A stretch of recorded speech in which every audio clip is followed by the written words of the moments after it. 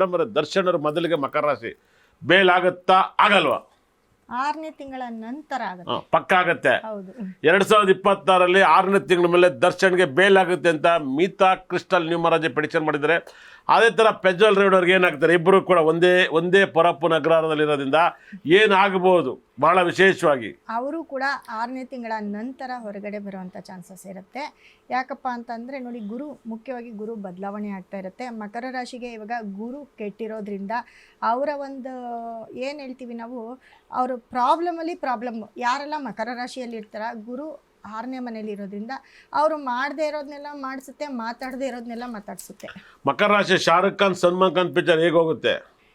Shahrukh Khan Salman Khan film ಅಂತ ಬಂದರೆ Shahrukh Khan film ತುಂಬ ಚೆನ್ನಾಗಿ ಹೋಗುತ್ತೆ. ಹೌದಾ? ರಜನಿಕಾಂತ್ ನೆಕ್ಸ್ಟ್ ಸಿನಿಮಾ ಹೇಗಿರ್ತಾರೆ? ಆರೋಗ್ಯ ಸ್ಥಿತಿ ಹೇಗೆ ಕಾಪಾಡ್ಬೋದು? ಆರೋಗ್ಯ ಸ್ಥಿತಿ ಅಂತ ಬಂದರೆ 6ನೇ ತಿಂಗಳ ನಂತರ ಓಕೆ ಅಂತ ಹೇಳಿದೆ. 6ನೇ ತಿಂಗಳ ನಂತರ ಅವ್ರದ್ದು ಯಾವುದೇ ಫಿಲಮ್ ಇದ್ರೂ ಚೆನ್ನಾಗಾಗುತ್ತೆ. ಮತ್ತು ಅಲ್ಲಿಂದ ಆಚೆ ನೀವು ಈ ವರ್ಷ ರಜನಿಕಾಂತ್ ನೀವು ಒಟ್ಟಿಗೆ ತಿರುಪತಿ ದರ್ಶನ ಮಾಡಲ್ಲ, ಏನು ಅನ್ನಿಸ್ತು ನಿಮ್ಮಿಬ್ಬರದು? ತುಂಬ ಎದುರುಗಡೆ ಫೇಸ್ ಟು ಫೇಸು ನೋಡಿದಾಗ ತುಂಬ ಖುಷಿ ಆಯಿತು. ಈ ಒಂದು ಟೈಮು ಬರುತ್ತೆ ಅಂತ ನನಗೆ ಅಂದ್ಕೊಂಡಿರಲಿಲ್ಲ. ಸೊ ಆ ಯೋಗ ಕೂಡ ನಿಮ್ಮಿಂದನೇ ಬಂದಿದೆ ಅಂತ ಹೇಳ್ಬೋದು.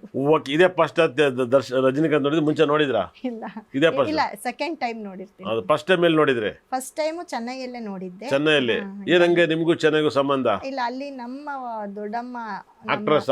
ಹೌದು, ಅವರಿದ್ರು. ಚಿನ್ನಿ ಮಾಸ್ಟರ್ ಅವರು ಕೊರಿಯೋಗ್ರಾಫರ್ ಅಂತ ಕೇಳ್ಪಟ್ಟಿದ್ದೆ ಅವರಿಬ್ರು.